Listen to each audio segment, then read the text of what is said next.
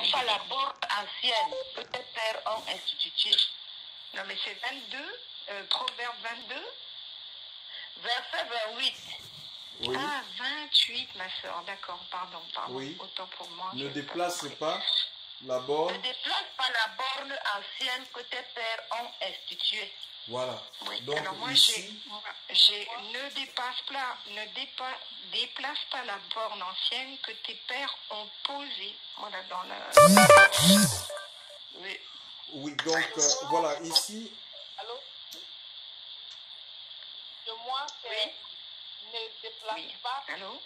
limite oui, vas-y, oui. ancienne, ne déplace pas les limites anciennes, celles que tes ancêtres ont fixées.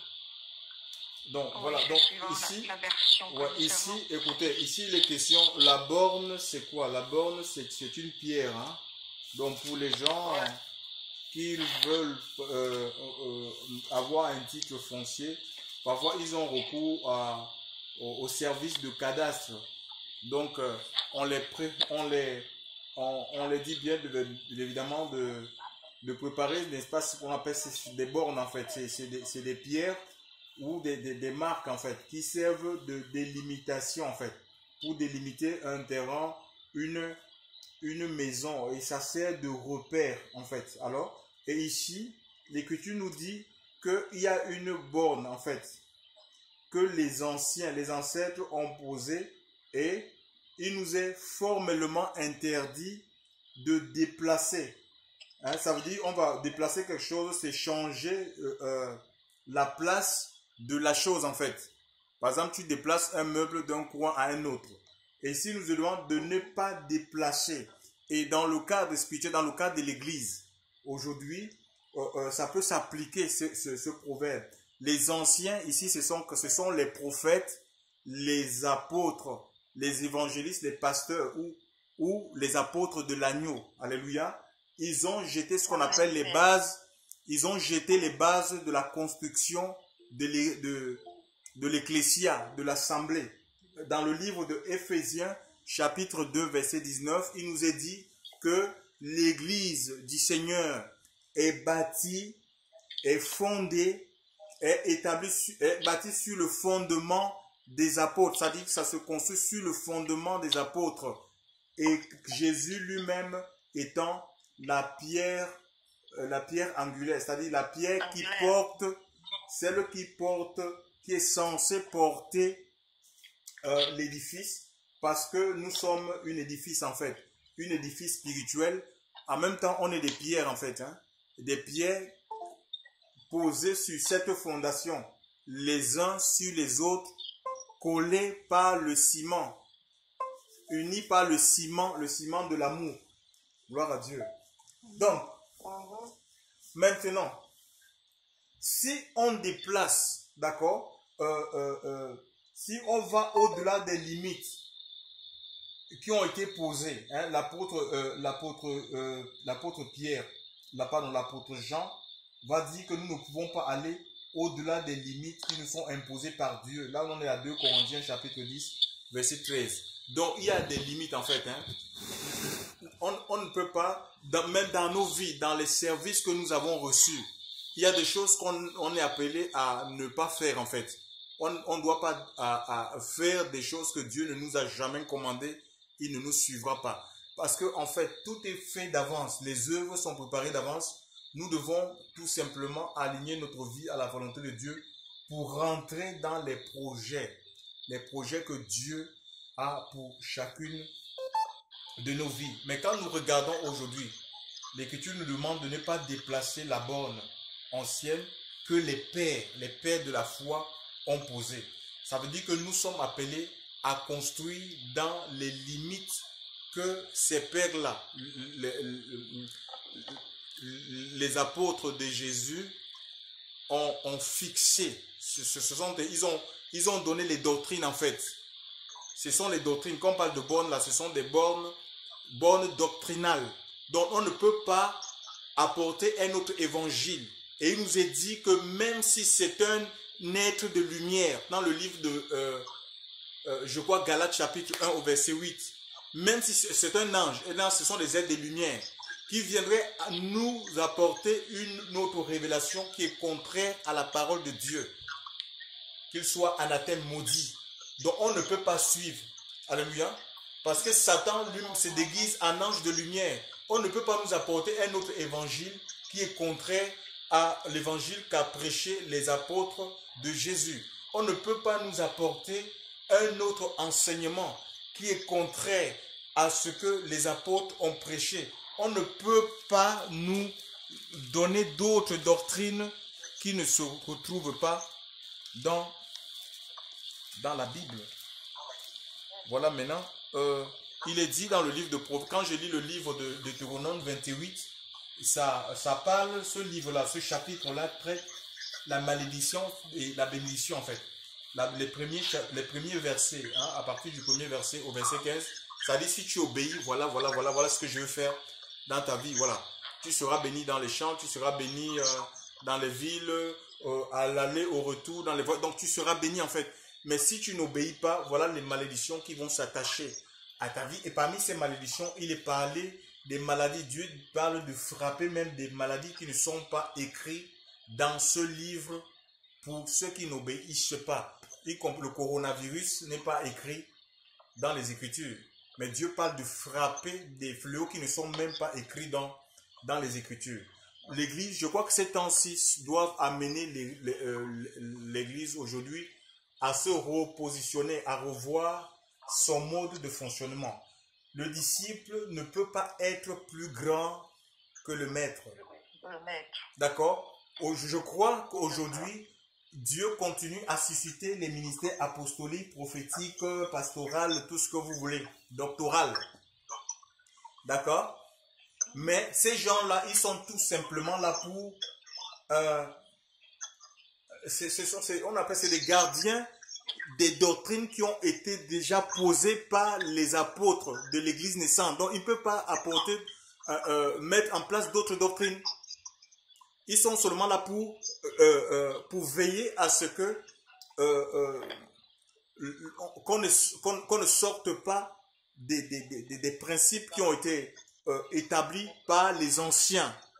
Maintenant, est-ce qu'on est prêt aujourd'hui? Parce qu'on est en train de prier, on voit, si vous faites le tour sur Internet, il y a des chaînes de prière qui sont organisées ici et là contre le coronavirus. Donc, il y a des gens qui disent, on prie pour que le coronavirus parte. D'accord? Oui, moi je crois à la puissance de la prière. Hein. Jésus nous a demandé de prier et de prier même incessamment.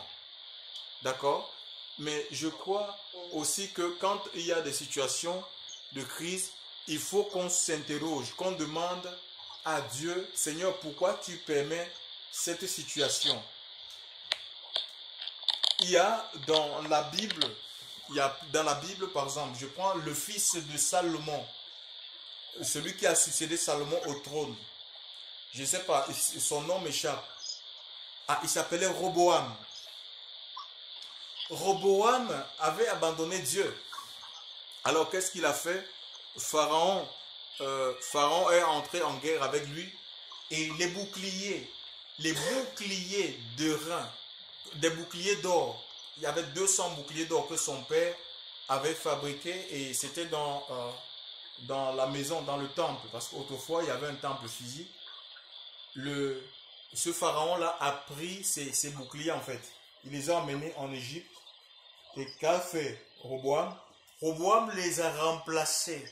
Au lieu de fabriquer l'identique, il a fabriqué les boucliers d'airain à la place des boucliers d'or. Donc il a changé, il a remplacé les boucliers d'airain. Mais l'airain, ce n'est pas l'or.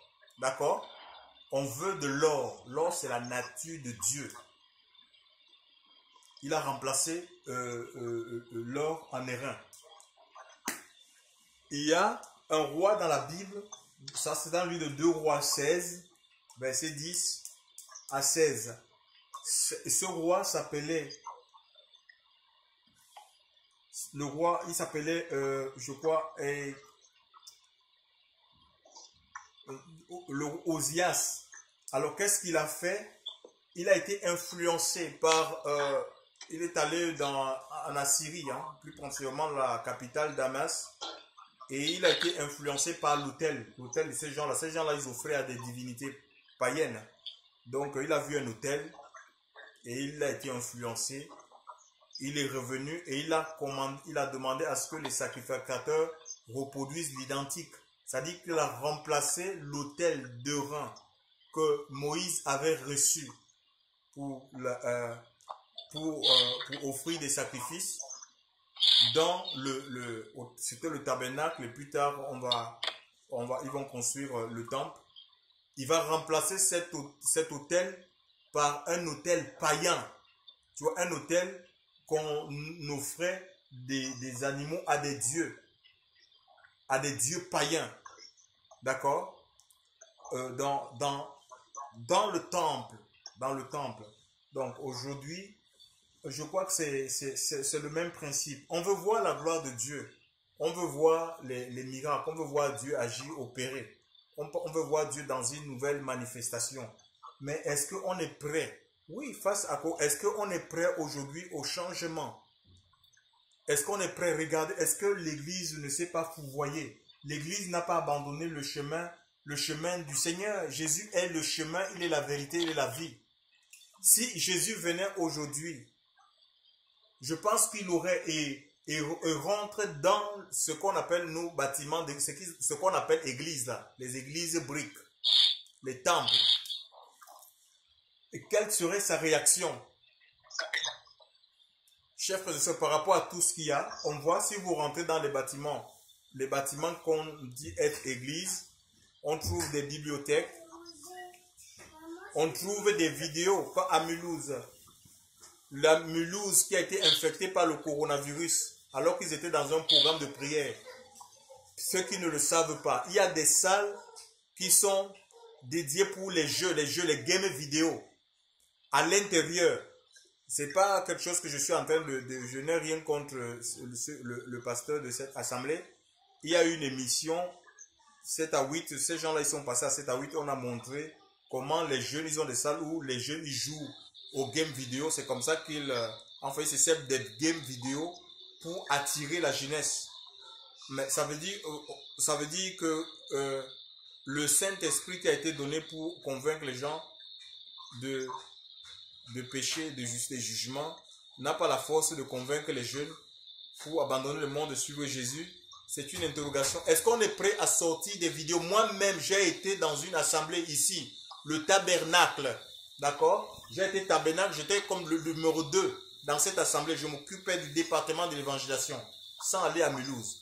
Il y avait une salle où il y avait des games. Et des gens même qui jouaient au piano. Le beau-fils du pasteur était pianiste. Quand il finissait de jouer dans son piano, il rentrait dans la petite salle pour jouer au game avec d'autres jeunes. J'ai posé la question au pasteur parce que j'étais nouvellement venu dans cette assemblée. Je lui ai dit, mais pasteur, comment se fait-il qu'il y a, il y a les games vidéo? Il m'a dit que non, c'est pour la jeunesse, c'est pour garder la jeunesse. Quelqu'un qui joue au piano, il a fini de jouer les chants de Dieu et il retourne. C'est-à-dire, il n'écoute même pas la prédication. Il va dans la salle de Dieu au jeu. Les games vidéo, d'accord? Quand c'est terminé, parce qu'il y a une vie qu'il pouvait voir à l'intérieur de la salle, il retourne dans la salle pour faire la musique. Donc, il faut qu'on traite le problème à sa racine en fait, d'accord? Au grand mot des grands remèdes. L'église, il faut le nettoyage au milieu du peuple de Dieu. Et je crois que coronavirus, c'est un peu semblable au fouet que le Seigneur s'était confectionné, irrité de voir que le lieu qui était le lieu de prière, en fait, le temple, c'était un lieu qui était dédié à la prière, c'était un lieu de rencontre des hommes avec Dieu, un lieu de réconciliation, un lieu d'étude de la parole, la Torah, où les gens devaient apprendre la Torah, la loi de la vie. C'était un lieu de communion avec le Seigneur. Un lieu où les hommes devaient rentrer en contact avec Dieu, expérimenter la présence de Dieu, était devenu un marché. Les pharisiens, par rapport à leur position, avaient transformé ce lieu en un marché. Et ça peut changer aujourd'hui. Oui, voilà, le Seigneur a fait quoi? Il a fait un fouet pour taper ceux qui, non seulement ceux qui avaient des choses à proposer, ceux qui proposaient les coffrets, les CD, les DVD, 2 DVD achetés, un DVD gratuit. Donc les promotions, ceux qui faisaient les promotions des CD, les promotions des DVD, les huiles d'onction payantes, les baptêmes payants, formation biblique payant. Tout était bon à vendre, les mouchoirs qu'on vend, les balais, on dit que c'est le balai du Saint-Esprit, pour balayer les cardinaux, et j'en passe les meilleurs. Chers frères et sœurs dans le Seigneur, et je crois que coronavirus là, c'est le fouet, laissons un peu les gens du monde là. D'accord? Coronavirus, c'est comme un fouet que le Seigneur est venu pour chasser non seulement les marchands, même les gens qui achètent. Aujourd'hui, les bâtiments d'église sont vides. Hein. Il n'y a personne, ils sont où? Dispersés. Vides. Parce que quoi, on a fait de la Bible la Bible est devenue pour certains comme une carapace pour dépouiller, exploiter, escroquer le peuple de Dieu.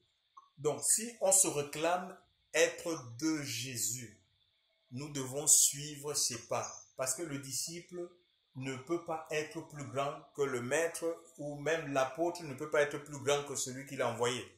Vous pouvez trouver toutes sortes d'excuses. Oh, mes frères, vous savez, nous on vend, c'est pour soutenir l'œuvre de Dieu. Est-ce que Jésus nous a demandé de vendre pour soutenir son œuvre?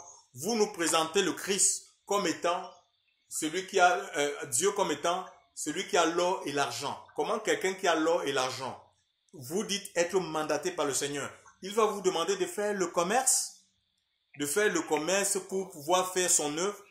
Chers frères et sœurs, beaucoup d'œuvres, en tout cas, la fin de cette crise va révéler, parce que c'est comme ces œuvres-là sont soumises au feu de l'épreuve, et au sortir de cette crise, vous verrez qu'il n'y a rien qui va rester. Parce qu'il y a beaucoup de bâtiments, comme beaucoup de pasteurs, ils sont rentrés en compétition. Qui a le plus grand bâtiment? On a construit les plus grands. Moi, j'étais dans le bâtiment de Richter, là, la plus grande église de Montpellier. Ils ont fait un crédit. Moi, je ne comprends pas que Dieu vous appelle et vous contactez un crédit pour construire un bâtiment 500 000 euros. Donc 2 000 euros pour payer le loyer. 2 000 euros par an. 2 000 euros, ouais, 500 000 euros en fait. De crédit pour construire quoi? Un bâtiment, c'est sur 20 ans. Le crédit est sur 20 ans. Vous avez dit ça, où est Dieu dans ça? Pour construire quoi? Un bâtiment religieux qui est fermé pendant l'hiver. Il y a des gens qui n'ont même pas là où habiter. Les SDF. On est incapable d'ouvrir même ce bâtiment pour accueillir. Les gens meurent de froid. Ici en France, ces bâtiments sont fermés. Chers frères et sœurs, on ne peut pas accueillir les gens qui sont dans le dénuement total. Ne serait-ce que pour passer l'hiver. Les bâtiments sont fermés en disant que c'est des bâtiments d'église. Est-ce qu'on est prêt aujourd'hui, chers frères et sœurs? Parce que les gens, ils veulent quoi? Aujourd'hui, on prie contre le coronavirus. On veut que le coronavirus, c'est comme si il n'y a pas de renouvellement d'intelligence. Les gens ne se posent pas de vraies questions. Seigneur, pourquoi tu permets ça? Est-ce que se remettre même en question, ceux qui ont des ministères, ceux qui disent être ministère, se remettre en question, mais avec mon mode de fonctionnement, Seigneur, qu'est-ce que tu as à me reprocher par rapport à mon mode de fonctionnement? Rien. On veut que le coronavirus parte pour retourner vite dans son temple, parce que ça fait moins d'argent. Quand les bâtiments d'église là sont fermés, ben c'est moins de recettes. Il n'y a pas l'argent. Chers frères et sœurs, est-ce que les gens ils sont prêts à laisser leur trône? On a construit des trônes. Dans ces bâtiments d'église, on a construit des trônes. Les Louis XVI, les Louis XIV papa pasteur et maman pasteur sont dans leur Louis XVI, est-ce qu'ils sont prêts à descendre de ces Louis XVI là? Aujourd'hui, le Seigneur a montré leur vanité. J'ai vu des grands ministères qui sont aujourd'hui sont dans la maison, qui critiquaient les églises dans les maisons. C'est des gens, quand ils étaient dans leur chair, ils critiquaient, non, les églises des maisons, ça c'est du n'importe quoi. Tu ne peux pas prier, il faut vraiment un cadre vraiment idéal pour prier Dieu. Chers frères et sœurs, hein, il disait, il faut un cadre vraiment idéal, tu ne peux pas prier, tu as un frigo à côté. Mais le Seigneur lui-même n'avait pas... Est-ce que Jésus avait du mal à aller prier dans une maison? On voit qu'il rentrait dans les maisons, il opérait des guérisons dans la maison. On est conduit par l'Esprit de Dieu. Jésus guérissait. Il a guéri la belle-mère de Pierre dans sa maison. Chers frères et sœurs, alléluia. Jésus à Jéricho, alors qu'il passait sur la route, il va guérir quoi? Il va guérir, il va donner le mouvement de vue à l'aveugle Bartimée, cette veuve de Naïm qui portait en terre son fils. C'était sur des rues. Hein, il va demander aux morts de s'élever. Chers frères et sœurs, il guérissait les gens en marchant. Est-ce qu'on est prêt à retourner au modèle originel, chers frères et sœurs? Est-ce qu'on est prêt à retourner au message originel? Écoutez ce que nous avons reçu. Par rapport à coronavirus, je vous dis la vérité. Les hommes de Dieu qui ne se plieront pas parce que l'église ne fonctionnera plus comme elle a fonctionné avant. Ceux qui s'opposeront à la volonté de Dieu ou qui voudront refaire comme avant, comme si de rien n'était, je vous dis, les grandes têtes vont tomber. Les gens, Dieu va frapper de mort ces grands ministères-là. S'ils continuent dans leur égarement, dans leur bêtise. Aucun apôtre n'a construit un bâtiment d'église. Est-ce que les gens ils sont prêts à laisser les soutanes? Est-ce qu'on est prêt? Oui, on veut que le coronavirus parte. Est-ce qu'on est prêt à abandonner, à dire, ben, je vais quitter la soutane? Pourquoi vouloir s'identifier? Pourquoi vouloir se démarquer des marques visibles, physiques? Mais parce que ça crée, vous savez pourquoi les gens, ils préfèrent des soutanes? Mais parce que ça crée, on appelle ça comment? Il y a un effet psychologique en fait. Quand tu vas voir quelqu'un en soutane, tu vas croire qu'il est supérieur à toi. C'est pourquoi ils font ça en fait. Et est-ce qu'on est prêt à ne plus, il y a des femmes qui se font appeler révérendes. Est-ce qu'on est prêt à destituer les femmes qui se sont mis, enfin, qu'on a fini on a établi comme des pasteurs? Il n'y a pas de femme. Je ne dis pas une femme peut être servante du Seigneur. Une femme peut, je crois au ministère des femmes. Une femme peut servir Dieu dans la puissance de son esprit, sans pour autant être pasteur. Il n'y a pas de femme pasteur qui dirige une assemblée. C'est pas biblique ça. Est-ce qu'on est prêt à retourner au modèle biblique? C'est toute la question. C'est vrai, on veut que le coronavirus parte. On veut voir la gloire de Dieu. Chers frères et sœurs, il y a un prix. Moi, je vois dans la Bible, quand Israël abandonnait Dieu, il ne criait pas seulement repentance, repentance. Il ne prenait pas seulement les jeux de repentance, il nettoyait, il purifiait le temple. Donc tout ce qui était introduit dans le temple, qui n'était pas conforme à la parole de Dieu, ces choses étaient jetées. Chers frères et sœurs, c'était jeté hors du temple. Alors la gloire de Dieu pouvait à nouveau se manifester. Est-ce qu'on est prêt à suivre on appelle ça comment? Oui, à suivre l'Esprit de Dieu en ce qui concerne l'exercice de notre ministère? Regardez un peu, aujourd'hui on dit, mais quand tu baptises par exemple une personne, on va te dire non mais ça c'est Dieu n'est pas avec toi. Il faut baptiser les baptêmes. Je crois au baptême de masse. Hein? Jean-Baptiste, il y a des foules qui allaient à lui et le même jour, à l'instant T, il les baptisait. Mais aussi, Dieu peut t'amener à baptiser une personne en fait. Mais je ne crois pas les baptêmes qu'on prépare là en fait. Ou qu'on diffère, on dit voilà, il faut qu'il y ait 15, 20 personnes. Et puis on va organiser une fête. On va les donner des vêtements blancs. Ça, c'est pas de Dieu. Dans la Bible, on baptisait les gens quand ils croyaient dans la bonne nouvelle. Que ce soit le jour, que ce soit la nuit. J'ai lu un passage aujourd'hui dans le livre de Actes. J'ai lu dans le livre de Actes des apôtres un passage de l'écriture, Acte 16. Vous pouvez lire Acte 16. Oui, Acte 16, que la même nuit, c'était parlant du geôlier, la même nuit, Paul et Silas ont baptisé le geôlier. C'était la nuit, ce n'était pas un baptême mystique.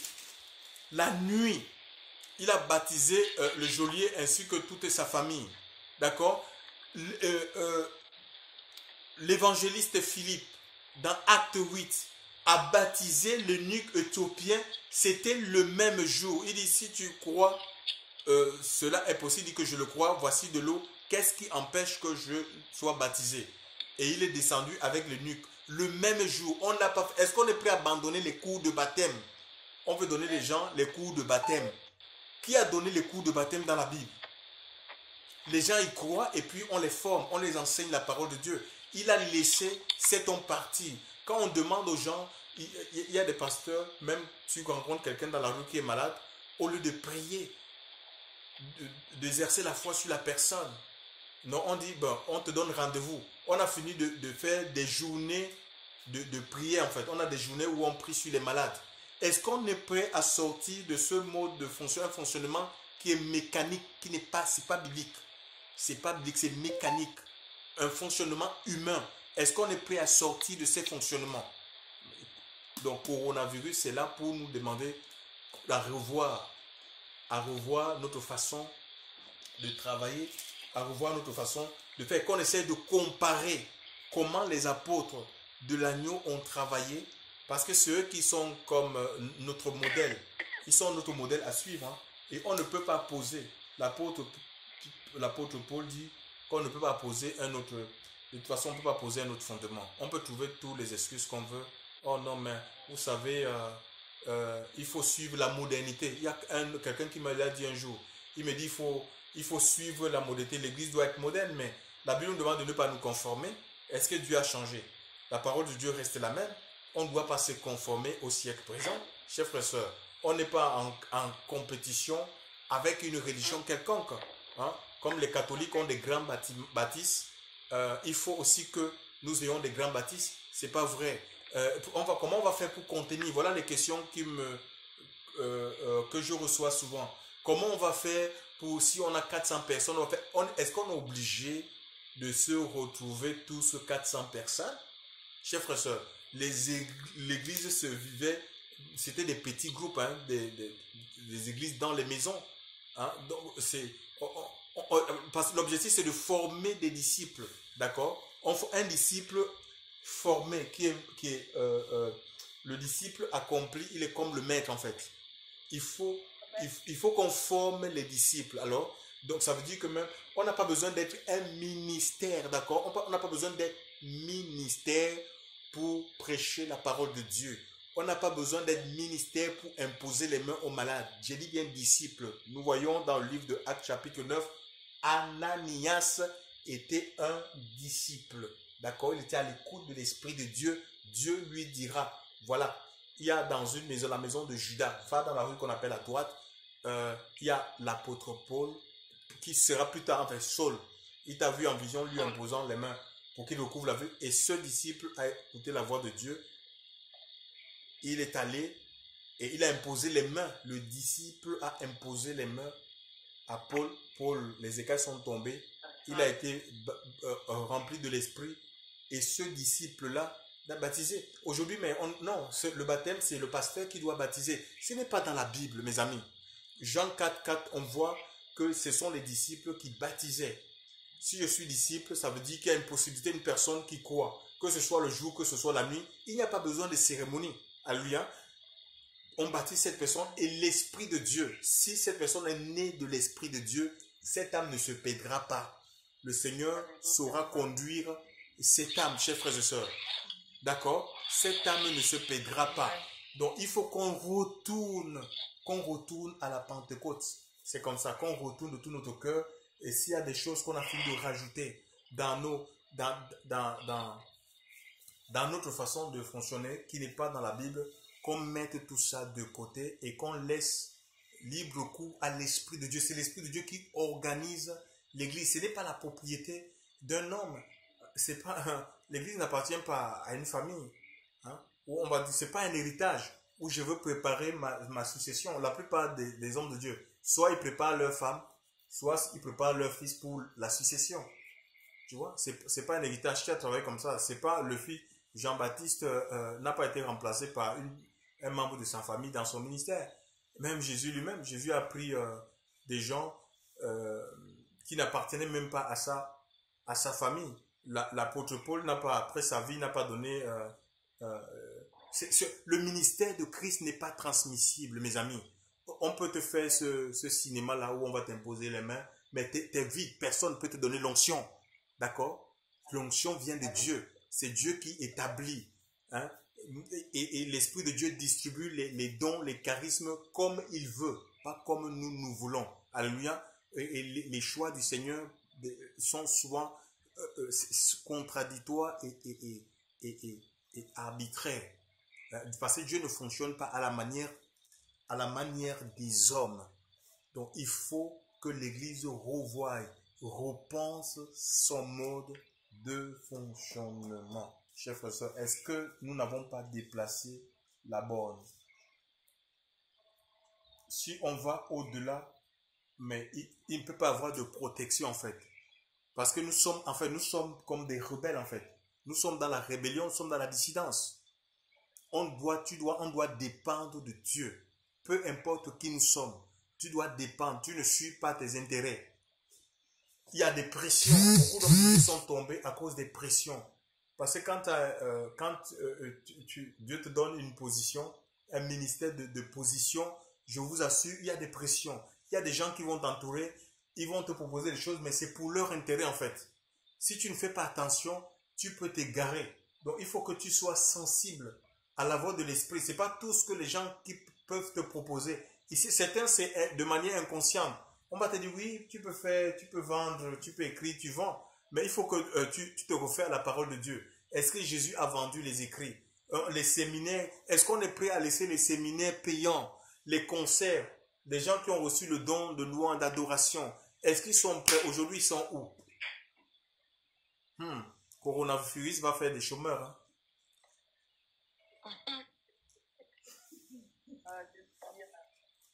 Je vous assure.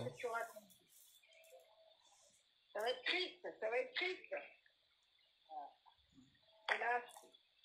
Donc, tous les dons de Dieu sont gratuits. On a tout reçu gratuitement. Et on n'a rien à vendre. On n'a rien à proposer aux gens, chers frères et sœurs, moyennant l'argent. Hein? Est-ce qu'on est prêt à laisser les prières? Imagine certains pasteurs pour les rencontrer aujourd'hui. Est-ce qu'ils sont prêts à laisser? Ils font comme des médecins. Il y a une fiche que tu dois remplir et la consultation, il faut payer comme la consultation. Il faut payer la consultation. Mais ceux qui n'ont pas d'argent, comment est-ce qu'ils vont faire? Vous voyez Jésus en train de fonctionner de la sorte, hein, que pour le rencontrer, ben, il faut donner les frais de consultation. Mon frère, ça c'est un autre esprit en fait. Hein. Donc, et Dieu est en train de révéler en fait que ces gens-là, la plupart de ces ministères, entre guillemets, de renom, ne suivent pas le Seigneur. Parce que nous voyons sur Internet, il y a des gens qui disent aux gens, vous êtes dans vos maisons et nous, envoyez vos dîmes. Envoyez vos dîmes. Ils envoient leurs dîmes comme toi, tu es dans ta maison. Les chrétiens sont dans leur maison. Tu demandes d'envoyer leurs dîmes comment? Puisque on soutenait, oui, apportez dans la maison du trésor. Ne venez jamais dans la maison de la main vide. Maintenant, cette maison-là, que tu dis être maison du trésor, est fermée. Et tu dis aux gens d'envoyer, ils envoient leurs dîmes où? Chers frères et sœurs, dans le Seigneur. Voyez, on voit que la motivation, c'est quoi? C'est l'argent en fait. Donc, beaucoup sont attachés à l'argent et c'est en train de se voir. Hein. Donc, jusqu'à demander aux gens, dans une pareille crise, c'est des questions qui n'avaient même pas lieu de se poser. Ils devaient dire, mettons nos genoux par terre, peut-être demandons pardon à Dieu. S'il y a des choses que nous faisons et peut-être on est aveugle, on n'arrive pas à voir, que l'Esprit de Dieu, pendant ces temps, puisse nous éclairer sur des choses que nous avons fait ou nous avons introduites dans son œuvre qui attristent le cœur de Dieu et nous donnent la force de pouvoir nous en débarrasser. Non, non, non. C'est envoyez l'argent, envoyez votre argent. Il y a des gens même qu'on a fini de prendre des types pour construire des bâtiments. Je ne sais pas comment ils vont faire. Des types, on prend des types, on prend on appelle ça comment, des mandats pour faire des prélèvements automatiques. Mes frères, le Seigneur dit que chacun donne comme il a résolu, sans contrainte, ni tristesse. Ça dit, on met les gens dans des contraintes. sans contrainte ni tristesse. Ça, ce n'est plus la foi, ça c'est des sectes. C'est des sectes magiques, ça. Si tu es lié par ce genre euh, de fonctionnement, il faut que tu t'en défasses. Hein. Rien ne t'empêche d'appeler la banque et bloquer et arrêter ce genre. Parce qu'en fait, ce sont les dons de Dieu veut les dons de cœur. D'accord? Il faut qu'on fasse tout par amour pour lui. Ça, c'est forcer. C'est forcer la main, la main la main de quelqu'un. Donc, ce que le Seigneur recherche aujourd'hui, les chrétiens qui souffrent, c'est des gens qu'on n'a pas appris la communion en fait. Ils ne sont pas disciples. On ne les a pas appris l'autonomie spirituelle. J'ai suivi un homme de Dieu qui était en train de dire, ouais, maintenant avec le coronavirus, vous êtes dans vos maisons, il n'y a plus de culte parce que bon, le temple est fermé, il n'y a plus de culte. Mais il ne faut pas avoir peur. Attendez, le coronavirus va s'arrêter et puis vous allez revenir. Je dis, mais c'est quoi ça? Pourquoi on ne les a pas appris à chercher Dieu dans leur maison. Hein? Et je crois que pendant les temps d'accalmie qu'il y aura, le rôle des serviteurs de Dieu, ce que les serviteurs de Dieu doivent faire, c'est de former des disciples.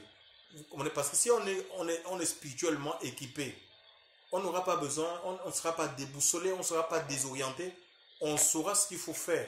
Normalement, les enfants de Dieu qui sont remplis de l'Esprit du Seigneur, qui suivent le Seigneur, ça doit être des moments de célébration en fait, de joie, un peu comme Israël quand ils étaient en Égypte, hein, ils étaient en train de manger l'agneau pascal. Ils étaient dans les maisons, dans la louange, mangeant l'agneau pascal parce qu'ils avaient quoi? La promesse de délivrance. Le Seigneur nous dit que quand on verra toutes ces choses, la désolation et tout ça, qu'on doit se redresser, alléluia, on doit lever nos yeux parce que quoi? Notre délivrance est proche. Je ne sais pas où nos yeux sont posés, peut-être sur la terre. Quand il parle de lever les yeux, peut-être nos yeux sont sur la terre, attachés aux choses de la terre, aux choses matérielles. Il faut se redresser, chers frères et sœurs, et regarder au Seigneur. Alléluia. Notre délivrance, on ne peut pas être dans la panique, dans la peur. Au contraire, on doit être dans la célébration, dans la joie. Parce que, ben voilà, ce que nous sommes en train de vivre, ce sont les signes qui annoncent que le Seigneur, Yeshua, Mashiach, est à la porte. Alléluia. Voilà, donc voilà, et on est heureux parce que nous allons passer. Qu'est-ce qu'il y a même dans ce monde? Il n'y a rien, un monde de souffrance, un monde de tourment, chers frères et sœurs dans le Seigneur. Tellement les gens sont attachés. On est attaché et ça, on perd le temps en fait.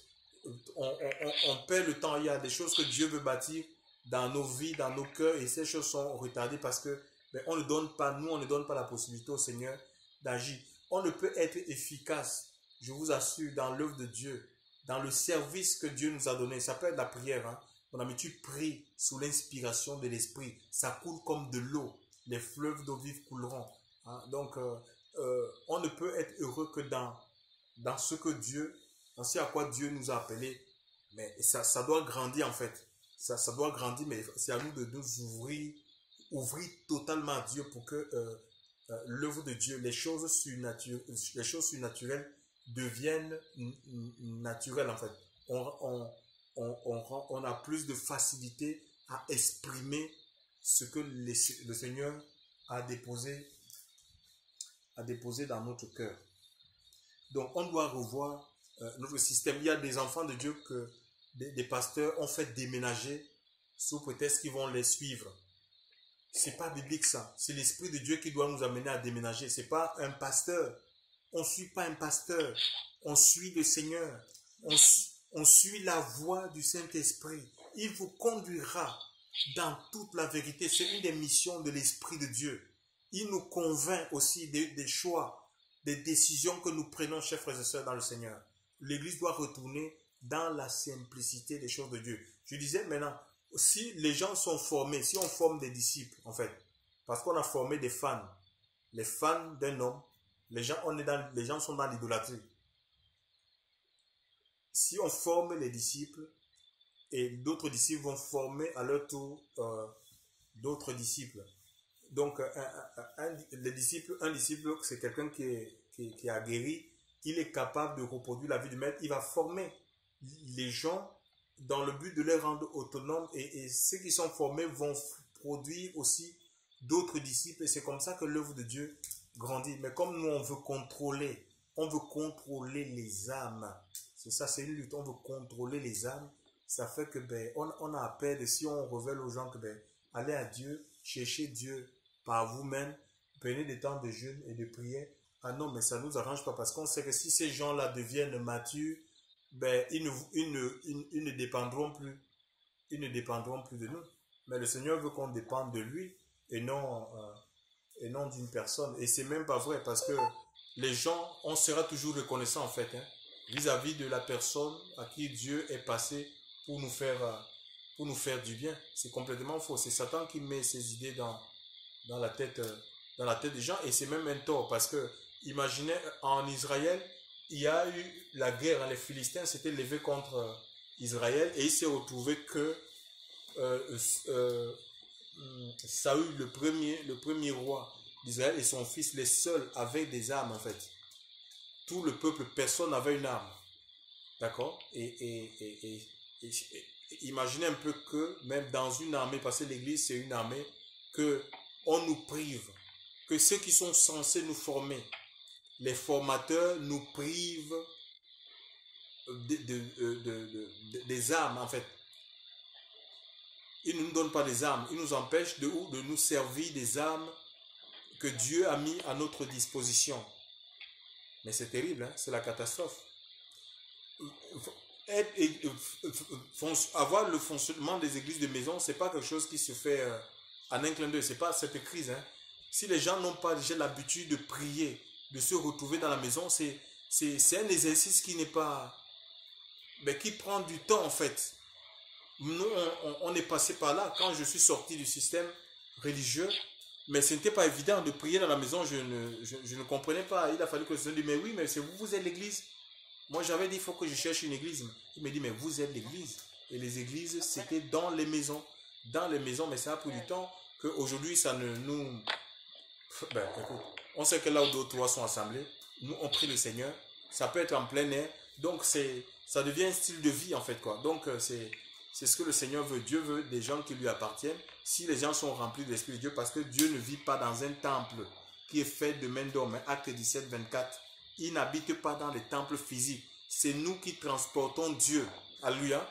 Nous transportons Dieu partout où on va. On est des témoins. Alléluia. Que ce soit dans le lieu de travail. Je vais vous donner un témoignage.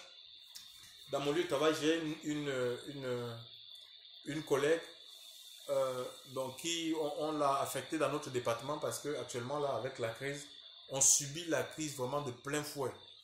Et actuellement, nous sommes même en temps partiel. On nous disait qu'on va travailler 2 jours par semaine. J'ai travaillé aujourd'hui et jeudi aussi je vais travailler, mais la semaine prochaine, ça sera 1 jour par semaine. Donc, et il y a une collègue qui a été un peu désorientée, me dit j'ai les crédits, machin, je ne sais pas comment je vais faire. J'ai dit attends, calme-toi, je vais te donner quelque chose qui va te réchauffer le cœur. Je lui ai donné le psaume 91. Donc, elle est partie, elle a lu ce psaume et elle a montré ça aussi à son mari. Et moi, je ne savais pas. Elle-même, elle est revenue, me dit c'est très bien ce psaume et tout. Elle s'est mise elle-même à évangéliser dans l'usine, en fait, en demandant aux gens de croire vraiment, de croire en Dieu. Donc, et après cela, il y a une autre collègue qui est venue à côté de moi. Elle me disait, mais toi, tu n'as pas peur du coronavirus? Elle me pose la question. Je lui ai dit, écoute, moi, je peux vivre dans un environnement où il y a les coronas. Et ces coronas ne me feront rien, en fait. Parce que ma vie appartient à Christ. Donc, je lui ai dit, voilà, je vais te donner des versets de la Bible. J'ai donné Colossiens 3, verset 3, notre vie est cachée en Christ. Et elle m'a dit elle me dit, il y a une collègue, dont me parlant de cette collègue, elle s'appelle Naomi. Elle me dit, Naomi m'a donné un passage des Écritures. Donc, je me suis dit que Maguelone m'a donné un passage des Écritures. Je me suis dit que c'est la femme que j'avais évangélisée précédemment. Donc, et elle est allée faire des recherches sur Internet et elle me dit que voilà, c'est bien que elle va se procurer une Bible, quoi. Vous voyez comment le Seigneur... Donc, cette crise, c'est la gloire de Dieu, d'accord? Il ne faut pas que nous soyons dans l'inquiétude, dans le trouble. dans la peur, Dieu conduit toutes choses. Alléluia. Il est le maître des temps et des circonstances. Il est le tout-puissant. Et je crois que c'est un message fort que le Seigneur veut envoyer, un signal fort que Dieu envoie à l'église. Le Seigneur ne prendra pas une église prostituée, s'il vous plaît. D'accord? Les églises sont devenues des industries de divertissement où on invite même des clowns pour faire les après-midi pour amuser la galerie. Tu vois, c'est pas ça, l'église du Seigneur. L'église a besoin de revenir à Dieu. Alléluia. De revenir à la crainte de Dieu, surtout au message. La repentance et le pardon des péchés doit être prêché dans les églises, en fait. C'est pas les choses de la terre. Si on se repent, nous allons expérimenter le repos de Dieu, du Seigneur, en fait. Le repos du Seigneur, c'est une paix dans ces moments critiques, une paix qui est profonde, qui va parler, qu'on n'aura même pas besoin de parler à nos voisins. C'est cette paix en nous, cette joie qui est produite par l'Esprit de Dieu, qui parlera pour nous, chers frères et sœurs dans le Seigneur, et pour les choses de la vie, chers frères et sœurs, pour tous nos besoins, Dieu pourvoira. Que le nom du Seigneur soit béni. Si quelqu'un a quelque chose à dire, je ne sais pas, une question, sentons-nous libres. Hein. Même si c'est une question que peut-être tu n'es pas d'accord, tu parles, après on va, chapitre, verset 1, la Bible est là pour nous corriger, pour nous instruire, pour nous, voilà. Si vous permettez, c'est Marie-Thérèse, bonsoir à tous et très heureuse d'être encore avec vous. Et j'aurais voulu savoir, Jean-Georges, la dîme, c'est pas que pour payer le bâtiment, bien souvent c'est pour payer aussi le salaire du pasteur. Oui, mais dans la Bible, on n'a pas vu des salaires. Non, mais oui. C'est une question. Oui, mais question que je te pose. Oui. Bon, après ils disent qu'ils ont besoin, le salaire du pasteur, d'accord? Voilà, c'est ça. Voilà, ma question, c'est ça. Oui. C'est aussi bien pour payer le bâtiment que quelquefois, il y a des pasteurs aussi qui ont leur salaire. Voilà, c'est ça. Oui, voilà, il y a des pasteurs salariés et même, bon, dans les Écritures, on n'a pas vu des pasteurs salariés. Hein. Les gens, ils dépendaient de Dieu. Moi, je n'ai pas vu Élie salarié. Élie, à un moment donné, ce sont les corbeaux qui venaient le nourrir. Donc, c'est un problème de foi, en fait. Quand vous allez me dire, on va vivre comment? Le Seigneur est tout puissant, mes amis. L'homme tout puissant, ils peuvent aller travailler, je crois au ministère plein temps, hein, d'accord, mais pas au point où on va imposer aux gens de donner l'argent pour payer. Et un vrai pasteur qui s'est laissé transformer par Christ, il ne va rien demander en fait. Il ne va rien demander, surtout quand il y a la foule. Quand tu as déjà des foules, tu n'as pas besoin de demander un salaire. Hein. Mais moi j'ai connu un pasteur à Montpellier justement. Et sa femme prenait un verset sur la parole de vérité, disant que d'un mecelé, je ne sais plus, il y a un passage. Oui, Marie-Thèse, quand on dit, hein, le Seigneur dit l'ouvrier mérite son salaire. Ça veut dire que... Oui, mais là, il prenait un autre oui, il n'amusera point, oui, mais quand tu... Voilà. En fait, mais quand tu sèmes, quand tu sèmes, tu es obligé de que tu sèmes les biens spirituels dans les âmes que Dieu, le Seigneur t'envoie. Tu sèmes le spirituel en eux. Et ces personnes, c'est comme des enfants en fait. Quand tu prends, il y a tes enfants qui te font souvent des cadeaux, non, Marie-Thèse? Oui, bien sûr. Hein, Marie-Thèse? Oui, bien sûr. Voilà, c'est comme ça que ça se passe en fait. Donc, oui, tu ne peux pas chercher, les gens ils sont non mûrs. Ils ne sont pas matures. C'est comme si tu vas vouloir les fruits qui ne sont pas mûrs. Manger, oui. Il y a des gens qui seront reconnaissants, même du temps de Jésus. Il y a des gens que Dieu, c'est ce qu'on appelle les dons. Hein. Il faut lire Romains chapitre 12. Il y a ce qu'on appelle les dons de donner. Il y a des gens qui ont ce qu'on appelle le don de donner. D'accord? Ou don de libéralité. C'est des dons en fait, c'est des ministères qui sont peu connus. Donc il y a des gens comme ça que Dieu va envoyer, comme du temps de Jésus lui-même. Jean, chapitre, Luc 8, il était entouré des femmes qui le servaient avec leurs biens. Donc, il y a des gens, ça peut être une personne que Dieu va mettre ce fardeau pour te soutenir financièrement et matériellement. C'est comme ça, tu vois. Donc, tu n'as même pas besoin de dire qu'on te fasse un salaire. C'est souvent la peur qui fait ça, en fait. Il y en a, ils ont peur. Moi, j'ai connu ça, je le redis, à Montpellier. Je me souviens plus comment elle s'appelait.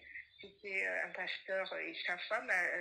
Elle prenait à chaque fois ce verset. Donc, la dîme était pour payer l'établissement, la salle et son salaire. Voilà. Donc, voilà. Mais là, c'est avec la catastrophe. Parce que la dîme, c'est une idole. Je voulais te dire, c'est l'idole des pasteurs en fait. Parce qu'ils ont besoin, ils se disent que s'ils n'ont pas ça, ben, ils vont couler. Mais ils oublient que c'est pas la dîme qui les a appelés, c'est le Seigneur qui les a appelés. Et que le Seigneur, il est fidèle en fait. Hein. Donc ils n'ont même pas besoin de la dîme du peuple, oui. C'est la peur. Hein.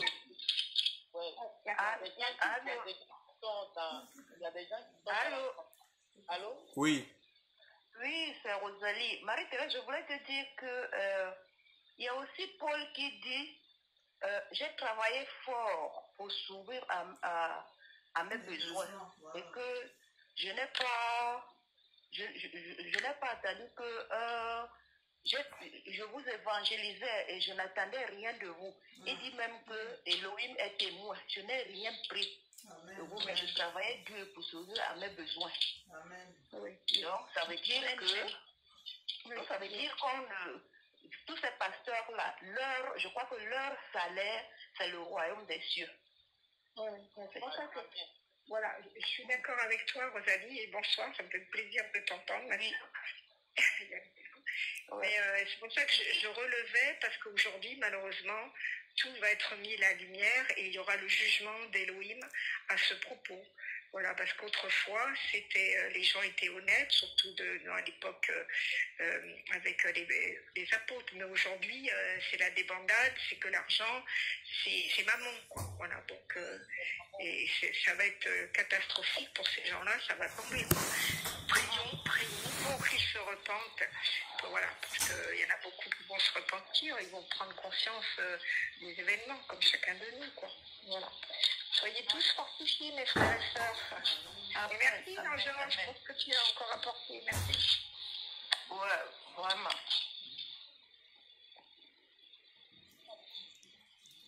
Bon, je sais parce qu'il y a un sujet de... prions pour l'Église que vraiment le Seigneur fasse tomber les écailles des yeux et surtout qu'il libère ses enfants qui sont dans les chaînes. Hein. C'est souvent des liens qui sont forts. Hein. Surtout qu'on a tissé des liens avec des pasteurs, des faux pasteurs. C'est difficile de se défaire de ces liens. Et vraiment qu'il n'y a que le Saint-Esprit pour couper ces liens et les sortir de l'aveuglement pour qu'ils vivent, qu'ils s'émancipent, qu'ils vivent vraiment la présence de Dieu. Alléluia. Donc voilà, qu'il y ait une prise de conscience au milieu du peuple de Dieu. Hein, pour que les âmes comprennent qu'en fait, ils ont plus besoin du Seigneur qu'ils n'ont besoin des hommes. On prie le Seigneur dans ce sens.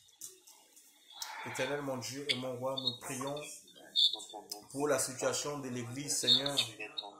Tu vois, Seigneur Dieu Père, la compromission. Tu vois, Seigneur mon Dieu, mon Père, Seigneur, comment l'Église s'est compromise et s'est fourvoyée, Seigneur, dans les œuvres de la chair. Nous voulons prier, Seigneur, attaché à la dîme, Seigneur. Mon Dieu, mon Père, demande de ramener les cœurs à toi, Seigneur. Nous prions pour que tu puisses libérer ton peuple, que tu sortes ton Église des filets, Seigneur, des faux pasteurs. Seigneur, mon Dieu, mon Père, Seigneur, que ton peuple, Seigneur, puisse vraiment bâtir cette révélation, qu'ils comprennent qu'ils ont besoin de toi, Seigneur. Oh Dieu, agis puissamment, Seigneur. Que aussi, mon Dieu, mon Père, les pasteurs comprennent que les limites, qu'ils acceptent les limites de ce qu'ils ont conçu. Mon Dieu, mon Père, les églises mégacholes, Seigneur. Mon Dieu, Jésus, merci, Seigneur.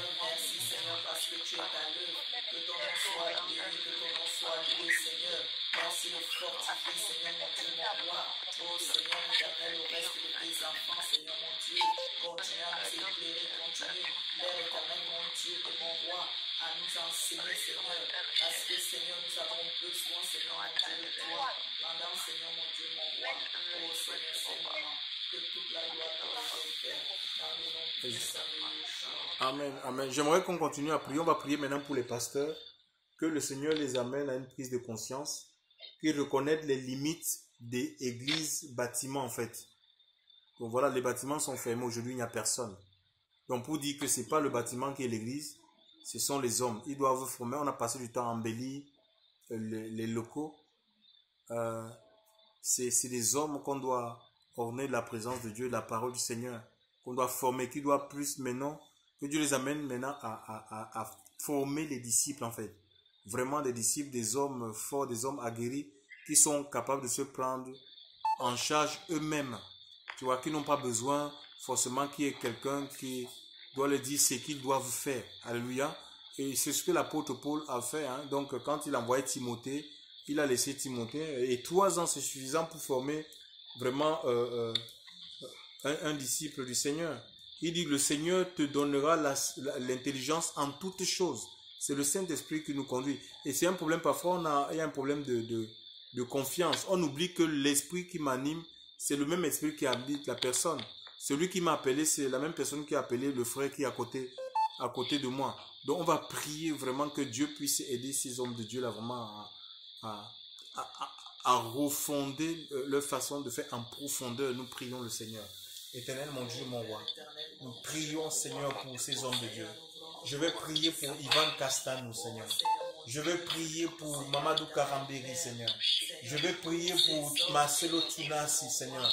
Je vais prier pour Raoul Wafo. Seigneur, mon Dieu, mon Père, tous ces hommes de Dieu. Seigneur, ceux que je ne connais même pas, Seigneur Dieu. Mon Dieu, mon Père, qui sont dans un fonctionnement, Seigneur, à l'américaine, Seigneur, mon Dieu, mon Père. Grand Dieu véritable, nous prions vraiment, Seigneur, que tu puisses, Seigneur, les parler par rapport à cette épreuve, qu'ils puissent refonder les fondements de leur ministère, Seigneur, qu'ils puissent revoir leur façon, Seigneur, mon Dieu, mon Père, de faire. Donne-les, Seigneur, mon Dieu, mon Père, Seigneur, de revenir dans la simplicité.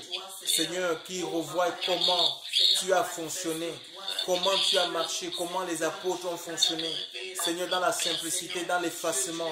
Seigneur, mon Dieu, mon Père, nous te le demandons dans le nom de Jésus. Étends ton bras puissant. Nous voulons prier pour le pasteur de Mulhouse, Seigneur Dieu. Pose ta main. Seigneur, que l'après-coronavirus, que ce ne soit plus pareil, Seigneur. Que les assemblées puissent retourner dans la simplicité. Faire comme les apôtres au jour des Écritures. Seigneur, mon Dieu, mon Père, Seigneur. Qu'ils enlèvent leur nom. Seigneur, qu'ils destituent leur épouse dans les fonctions qu'ils leur ont données, qui ne viennent pas de toi. Seigneur, mon Dieu, mon Père, Seigneur, donne la force, qu'il n'y ait pas de honte, qu'ils reconnaissent qu'ils se sont trompés, Seigneur Dieu. Père, nous te disons merci. Dans le nom de Jésus-Christ, nous avons ainsi prié. Amen, amen, amen.